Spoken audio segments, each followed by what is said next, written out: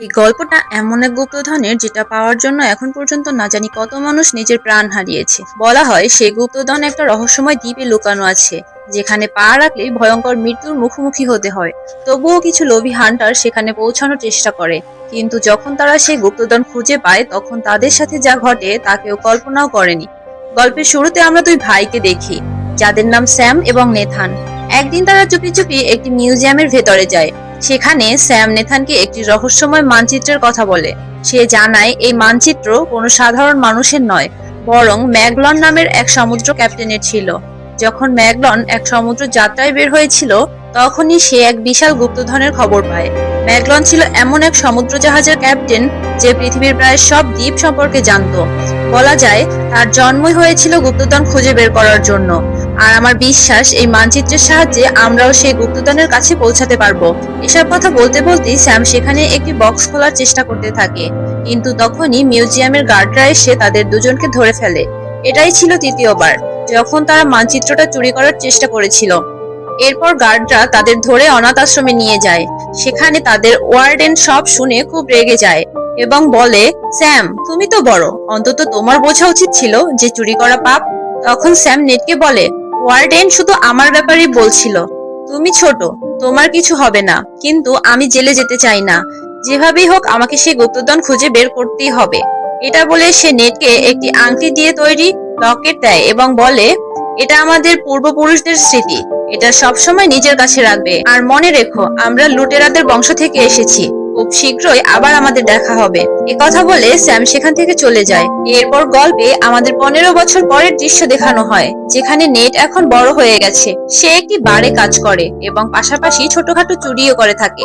একদিন সে কাজ করছিল, তখন ভিক্টর নামের এক ব্যক্তি তার কাছে আসে এবং বলে, আমি তোমাকে আর তোমার ভাইকে চিনি, কিছুদিন আগে আমরা একসাথে কাজ করতাম। কিন্তু নেট এসব বিষয়ে জানার কোনো আগ্রহ দেখায় না এবং ভিক্টরকে সেখান থেকে চলে যেতে বলে দেয়। তবে যাওয়ার সময় ভিক্টর তার জন্য একটি কার্ড রেখে যায়, যেখানে তার ঠিকানা লেখা ছিল। পরের দৃশ্যে আমরা দেখি নেট ভিক্টরের বাড়িতে যায় এবং সেখানে সেই একই মানচিত্র দেখতে পায়, যেটা বহু বছর আগে সে আর তার ভাই চুরি করার চেষ্টা করেছিল।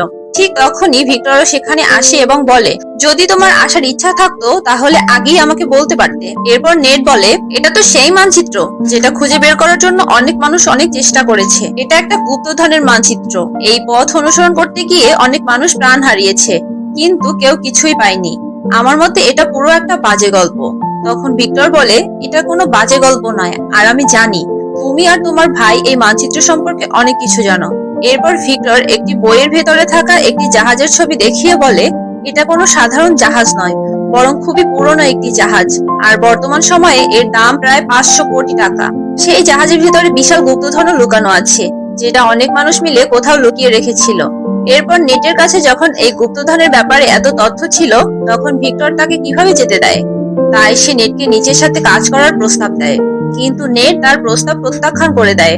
তখন ভিক্টর বলে, যদি তুমি আমার সাথে কাজ করো তাহলে হয়তো তোমার বড় ভাইকেও খুঁজে পেতে পারো। এরপর নেট নিজের বাড়িতে যায় এবং তার বড় ভাইয়ের জিনিসপত্র দেখতে শুরু করে। কিছুক্ষণ ভাবার পর সে অবশেষে ভিক্টরের সাথে কাজ করতে রাজি হয়ে যায়। পরের দিন সকালে আমরা দেখি নেট ভিক্টরকে একটি ক্রসের চিহ্ন দেখায় এবং বলে, এটা কোনো সাধারণ ক্রস নয়, বরং সেই গুপ্তধনে পৌঁছানোর চাবি। ভিক্টর বলে, একটা চাবি তো আমার কাছেই আছে, আর অন্য চাবিটা আমাদের খুব তাড়াতাড়ি চুরি করতে হবে। সেই চাবি একটা অকশন কোম্পানির কাছে আছে, আর তারা খুব শীঘ্রই সেটাকে নিলামে তুলবে, কিন্তু তার আগেই আমাদের সেটা চুরি করতে হবে। এরপর ভিক্টর খুব চালাকির সাথে সেই কোম্পানিতে গিয়ে চাবিটা চুরি করে ফেলে। কিন্তু যখন সে সেখান থেকে বের হচ্ছিল, তখনই ব্রাড নামের এক মেয়ে সেখানে এসে তার গলায় ছুরি ধরে বলে, চাবিটা আমাকে দাও। সে এসব করছিল তার বসের নির্দেশে, আর এই মেয়েটি ভিক্টরের পুরনো শত্রুও ছিল। ঠিক তখন কিছু গার্ড সেখানে চলে আসে, ফলে ব্রাড গার্ডের সাথে লড়াই শুরু করে দেয়। ভিক্টর এই সুযোগের পুরো সুবিধা নেয় এবং সঙ্গে সঙ্গে চাবি নিয়ে সেখান থেকে পালিয়ে যায়। এরপর চাবি নিয়ে ভিক্টর আর নেট দুজনেই বার্সেলোনার উদ্দেশ্যে রওনা হয়। সেখানে তাদের সঙ্গে ফ্রেজার নামের এক মেয়ের দেখা হয়। ফ্রেজার আগে থেকেই ভিক্টরকে চিনতো, আর নেট সম্পর্কে জিজ্ঞেস করলে ভিক্টর বলে, এ হচ্ছে আমার পুরনো বন্ধু। এখানে এসে নেট জানতে পারে যে দ্বিতীয় চাবিটি ভিক্টরের কাছে নয়, বরং সেই মেয়েটির কাছেই আছে। তখন নেট ভিক্টরকে বলে, তুমি আমার কাছ থেকে অনেক কিছু লুকিয়েছো, এমনকি মিথ্যা বলেছো। এই বিষয় নিয়ে যখন তাদের দুজনের মধ্যে তর্ক শুরু হয়, ঠিক তখনই সুযোগ বুঝে ফ্রেজার চাবিটা নিয়ে সেখান থেকে পালাতে শুরু করে। এটা দেখে নেটও তার পিছনে দৌড়াতে থাকে, কিন্তু ফ্রেজার দৌড়ে গিয়ে নিজের গাড়িতে উঠে পড়ে এবং সেখান থেকে পালানোর চেষ্টা করে, কিন্তু নেট তার গাড়ির সামনে গিয়ে দাঁড়িয়ে পড়ে। ঠিক তখনই ভিক্টর এসে সেখানে পৌঁছে যায়। সে ফ্রেজারকে বলে, যদি পুরো গুপ্তধনই তোমার চাই তাহলে নিয়ে নাও, কিন্তু এই চাবি কোথায় আর কিভাবে ব্যবহার করতে হবে সেটা শুধু নেটই জানে। এ কথা শোনার পর ফ্রেজার তাদের সঙ্গে কাজ করতে রাজি হয়ে যায়। এরপর নেট তাদের জানায় যে বহু বছর আগে সেই লোকেরা গুপ্তধনটি নিয়ে একটি গির্জার ভিতরে লুকিয়ে রেখেছিল। তারপর তারা তিনজন সেই গির্জায় পৌঁছে যায়। সেখানে গিয়ে নেট তার ভাইয়ের দেওয়া কার্ডগুলো পড়তে শুরু করে। এখান থেকে বোঝা যায় যে তারা সঠিক জায়গাতেই এসেছে। এরপর তারা তিনজন লুকিয়ে গির্জার বেসমেন্টে পৌঁছে যায়, যেখানে তারা চাবি লাগানোর জায়গাটাও খুঁজে পায়। জায়গাটি ছিল একটি মূর্তির নিচে, কিন্তু এখন তারা বুঝতে পারছিল না যে চাবিটা কোন দিকে ঘোরাতে হবে। ঠিক তখনই ভিক্টর বই পড়ে বলে, দুটি চাবি ঘড়ির কাঁটার দিকে ঘোরাতে হবে। আর তারা এমনটা করতেই মূর্তির ভেতর থেকে কিছু তীর বেরিয়ে আসে, তবে সৌভাগ্যবশত কারো কোনো ক্ষতি হয় না। এরপর আবার ঝুঁকি নিয়ে নেট আর ফ্রেজার চাবিগুলো ঘড়ির কাঁটার বিপরীত দিকে ঘোরায়। তখন মূর্তির পেছন থেকে একটি গোপন পথ খুলে যায়, যা একটি গুহার দিকে যাচ্ছিল। এরপর নেট ভিক্টরকে বলে, আমাদের শুধু এই এক পথ দিয়ে নয়, বরং আলাদা দুইটা পথ দিয়ে যেতে হবে। আমি আর ফ্রেজার এক পথ দিয়ে যাব, আর তুমি অন্য পথ দিয়ে যাও। এরপর নেট আর ভিক্টর নিজেদের ফোন জিপিএস এর সাথে কানেক্ট করে নেয়। তারপর নেট ও ফ্রেজার একদিকে যায় আর ভিক্টর অন্য পথ ধরে এগোতে থাকে। এভাবে সামনে যেতে যেতে নেট আর ফ্রেজার একটি বারে পৌঁছে যায়। সেখানে আরেকটি গোপন পথ ছিল, যার কথা কেউ জানতো না। কিন্তু তারা যখন সেই পথে যেতে শুরু করে, তখনই কিছু লোক তাদের উপর আক্রমণ করে। নেট এই লোককে আটকাতে মারামারি শুরু করে, আর ফ্রেজার গোপন পথের দরজা খোলার চেষ্টা করতে থাকে। দরজা খুলতেই নেট আর ফ্রেজার দ্রুত সেই পথ দিয়ে ভেতরে পালিয়ে যায়। ভেতরে যাওয়ার পর তারা আরেকটি অর্থাৎ তৃতীয় দরজা দেখতে পায়, যেটা সেই ক্রস আকৃতির চাবি দিয়েই খোলা সম্ভব ছিল। ফ্রেজার দরজাটা খোলার জন্য চাবি ঢোকাতে সেখানে পানি ঢুকতে শুরু করে, কারণ এই দরজা খোলার আগে অন্য পাশে দ্বিতীয় দরজাটাও চাবি দিয়ে খুলতে হতো, আর সেটা শুধু ভিক্টরই খুলতে পারত। এদিকে ভিক্টরও অন্য পাশের দরজা খোলার চেষ্টা করছিল, কিন্তু ঠিক তখনই সেখানে সেই মেয়েটি চলে আসে, যে আগেও ভিক্টরের উপর আক্রমণ করেছিল। এরপর তাদের দুজনের মধ্যে ভয়ঙ্কর লড়াই শুরু হয়ে যায়। অন্যদিকে নেট আর ফ্রেজার পানির মধ্যে আটকা পড়ে প্রায় অজ্ঞান হয়ে যাওয়ার মতো অবস্থায় ছিল, কিন্তু ভিক্টর সেই মেয়েটিকে মেরে অজ্ঞান করে দেয় এবং দ্রুত চাবি লাগিয়ে দেয়। এর ফলে দ্বিতীয় দরজাটাও খুলে যায়, আর নেট ও ফ্রেজার সেখান থেকে বেঁচে বের হয়ে আসতে সক্ষম হয়। এখন পালা ছিল শেষ দরজার কাছে যাওয়ার, কিন্তু সেই দরজাটা কিভাবে খুলতে হবে তা কেউই জানতো না।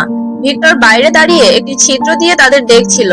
তখন নেট নিজের বুদ্ধি খাটিয়ে ফ্রেজারকে বলে, যাও ভিক্টরের কাছ থেকে দ্বিতীয় চাবিটা নিয়ে আসো। কিন্তু ভিক্টর তাদের বিশ্বাস করছিল না, তাই সে চাবি দিতে অস্বীকার করে। তবে কিছুক্ষণ পর সে চাবিটা দিয়ে দেয়, কারণ তার কাছে আর কোনো উপায় ছিল না।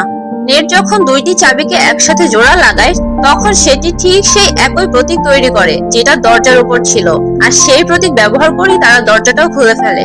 এরপর তারা যখন সেই দরজার ভিতরে প্রবেশ করে, তখন সেখানে তিনটি বিশাল বড় বড় পোর্ট দেখতে পায়। অন্যদিকে ভিক্টর বারবার নেটকে জিজ্ঞেস করছিল গুপ্তধন পেয়েছো কিনা। এদিকে নেট ফ্রেজারকে উপরে তোলে, যাতে সে দেখতে পারে ওই বড় পাত্রগুলোর ভিতরে কি আছে। ফ্রেজার দেখে পাত্রগুলোর মধ্যে প্রচুর লবণ ভরা, অর্থাৎ সেখানে কোনো গুপ্তধন নেই। ঠিক তখনই হঠাৎ তিনটি পাত্র ভেঙে যায়, আর তারা দেখতে পায় ভেতর থেকে একটি মানচিত্র বের হয়েছে।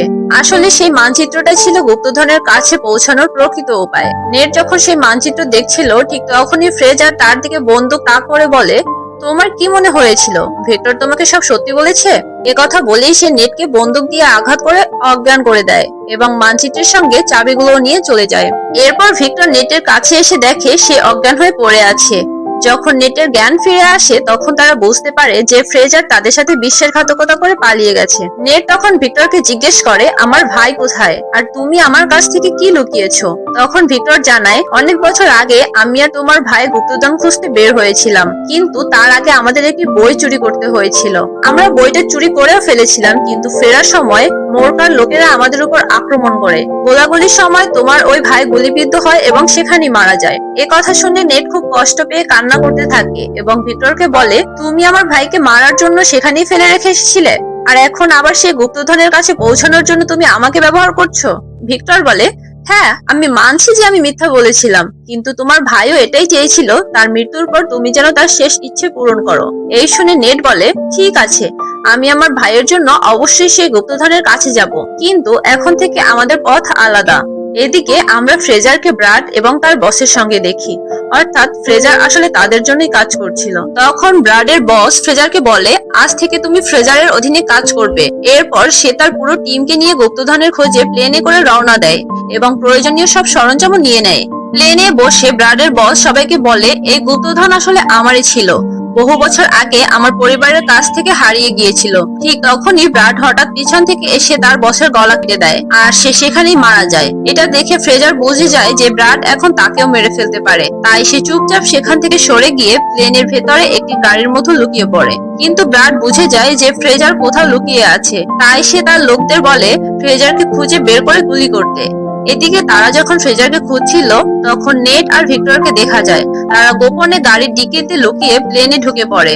সবাই যখন ফ্রেজারকে খুঁজতে ব্যস্ত, তখন নেট আর ভিক্টর সেই সুযোগে মানচিত্রটা খুঁজে বের করে ফেলে। এরপর ব্রাড আর ফ্রেজারের মধ্যে ভয়ঙ্কর গুলি বিনিময় শুরু হয় এবং দুজনেই একে অপরকে শেষ করার চেষ্টা করতে থাকে। তখন ভিক্টর নেটকে বলে, আমরা মানচিত্র পেয়ে গেছি, তাই এখনই প্যারাশুট নিয়ে বেরিয়ে যাই। এরপর ভিক্টর প্যারাশুট নিয়ে লাফ দিয়ে নিচে নেমে যায়, কিন্তু নেট সেখানেই থেকে যায় এবং ব্রাডকে বলে, তুমি আমার ভাইকে মেরেছিলে। তবে নেট আগে থেকেই কার্গোতে প্যারাশুট লাগিয়ে রেখেছিল, যাতে সে সবাইকে ধ্বংস করতে পারে। যখন ব্রাড তার লোকদের আক্রমণের নির্দেশ দেয়, তখন নেট কার্গোর প্যারাশুট খুলে দেয়। এতে প্লেনের ভারসাম্য নষ্ট হয়ে সবাই নিচে পড়ে যেতে থাকে, কিন্তু ব্রাডের লোকেরা তখনও গুলি চালাতে থাকে। আর সেই সময় নেটের পা মালামালের বেল্টে আটকে যায়, ফলে সে জিনিসপত্র সহ বাতাসে ঝুলে যায়। অনেক কষ্ট করে সে আবার প্লেনের ভেতরে ফেরার চেষ্টা করে। অন্যদিকে ফ্রেজারকে দেখা যায় সে একটি গাড়ি নিয়ে প্লেন থেকে লাফ দেওয়ার প্রস্তুতি নিচ্ছে। ঠিক তখনই নেট সামনে এসে পড়ে, যার ফলে গাড়িটি তার সাথে ধাক্কা খায় আর নেটও নিচে পড়তে শুরু করে। নিচে পড়ার সময় ফ্রেজার চিৎকার করে নেটকে বলে, তাড়াতাড়ি প্যারাশুট খোলো, কিন্তু নেট বলে, আমি তো কোনো প্যারাশুটই নেইনি। ঠিক তখনই নেটের মাথায় একটা আইডিয়া আসে, সে দ্রুত একটি কার্গোর প্যারাশুট খুলে দেয়।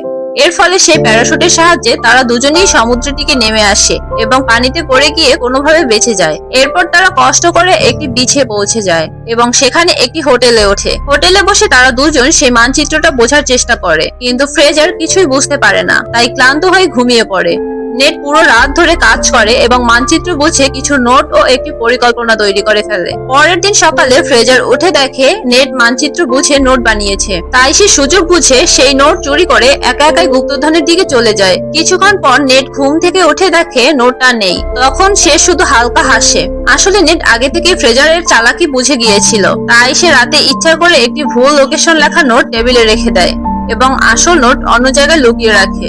পরের দৃশ্যে দেখা যায় নেট একটি বোট নিয়ে সেই আসল লোকেশনের দিকে যায়, যা ছিল একটি দ্বীপের গুহার ভেতরে। অন্যদিকে ব্রাড ও নেটকে নজর রাখছিল, কিন্তু নেট সেটা জানতো না। নেট সেখান থেকে পানিতে ঝাঁপ দেয় এবং সাঁতরে গুহায় পৌঁছে যায়। সেখানে সে বিশাল বড় বড় জাহাজ দেখতে পায়, যেগুলো খুঁজতে গিয়ে আজ পর্যন্ত কত মানুষ প্রাণ হারিয়েছে তার কোনো হিসেব নেই।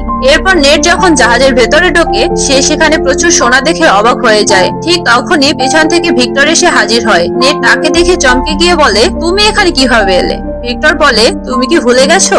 তুমি তো আমাকে তোমার জিপিএস এর সাথে কানেক্ট করেছিলে। এরপর দুজন মিলে গুপ্তধনটা ভালোভাবে দেখতে থাকে। ঠিক তখনই ব্রাড তার লোকজন নিয়ে সেখানে এসে পৌঁছে যায়। এটা দেখে নেট আর ভিক্টর দ্রুত জাহাজের ভেতরে একটি জায়গায় লুকিয়ে পড়ে। এরপর ব্রাড তার টিমকে ডেকে বলে, আমরা শুধু এই গুপ্তধনই না, এই জাহাজগুলোকে প্লেনের মাধ্যমে নিয়ে যাব। সে জানতো এই জাহাজগুলো সমান মূল্যবান। এদিকে নেট আর ভেক্টর আবার জাহাজ থেকে বেরিয়ে আসে এবং একটি পরিকল্পনা করে কিভাবে ব্রাডের কাছ থেকে সবকিছু ফিরিয়ে নেওয়া যায়। এরপর তারা জাহাজের উপরে উঠে ব্রাডের গার্ডদের সাথে লড়াই শুরু করে।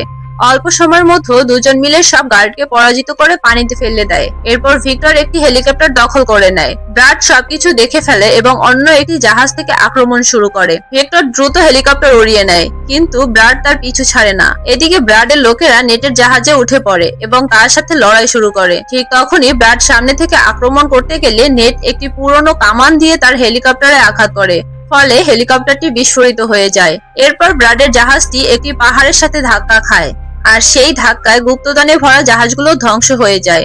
কিন্তু এর আগে ব্রাড লাফ দিয়ে নেটের জাহাজে উঠে বেঁচে যায়। সে নেটকে বলে, যেটা আমার না হতে পারে সেটা কারোই হতে পারবে না। একথা বলে সে সমুদ্রে একটি লোহার চেইন ফেলে দেয়, ফলে জাহাজ আর হেলিকপ্টার দুটোই আটকে যায় এবং আর এগোতে পারে না। এই বিশৃঙ্খলার মধ্যে ভিক্টরের সোনায় ভরা ব্যাগটি বাইরে ঝুলে পড়ে। সে হেলিকপ্টারকে অটো পাইলটে রেখে দ্রুত ব্যাগ বাঁচাতে চলে যায়। অন্যদিকে নেট আর ব্রাডের মধ্যে ভয়ঙ্কর লড়াই শুরু হয়। নেট কোনোভাবেই তার হাত থেকে বাইরে বেরিয়ে এসে হেলিকপ্টারে ওঠার চেষ্টা করে। ব্রাডও তার পিছু নিয়ে উপরে ওঠে। ঠিক তখনই ভিক্টর তার সোনার ব্যাগটা ব্রাডের দিকে ছুঁড়ে মারে আর ব্রাড সরাসরি পানিতে পড়ে যায়। এদিকে জাহাজটি যে দড়িতে ঝুলছিল সেটা তখন প্রায় ছিঁড়ে যাওয়ার অবস্থা, কিন্তু তার আগে ভিক্টর নেটকে টেনে উপরে তোলে। এরপর সেই দড়িটি ছিঁড়ে গিয়ে জাহাজটি ব্রাডের উপরেই পড়ে যায়, ফলে সেখানেই তার মৃত্যু হয়। তবে আশ্চর্যভাবে জাহাজটি পানিতে পড়ে ভেসে থাকে। এটা দেখে নেট ভিক্টরকে বলে, আমরা এই গুপ্তধন এখনো উদ্ধার করতে পারি। কিন্তু ভিক্টর এতে রাজি হয় না। সে বলে, এখন এটা সরকারের সম্পত্তি হয়ে গেছে, তারা যে কোনো সময় এসে এটা নিয়ে যেতে পারে। এরপর ভিক্টর মন খারাপ করে হেলিকপ্টার চালাতে শুরু করে। তখন নেট তাকে বলে, দুঃখ করো না বন্ধু, গুপ্তধন হাতছাড়া হয়েছে তো কি হয়েছে, এই সোনা তো আমাদেরই। একথা বলে সে নিজের পকেট থেকে কিছু সোনা বের করে। এটা দেখে ভিক্টর খুব খুশি হয়ে যায়। এরপর দুজনই আনন্দের সাথে সেখান থেকে চলে যেতে শুরু করে। ঠিক তখনই দেখা যায় একটি বোট তাদের পিছু নিচ্ছে। সেই বোট চালাচ্ছে আর কেউ নয়, ফ্রেজার, যাকে নেট আগে হোটেলে ধোকা দিয়েছিল। এদিকে গল্পের একদম শেষ দৃশ্যে দেখা যায় নেটের ভাই এখনো জীবিত এবং একটি জেলে বন্দী অবস্থায় আছে। সাথেই গল্পটি শেষ হয়ে যায়।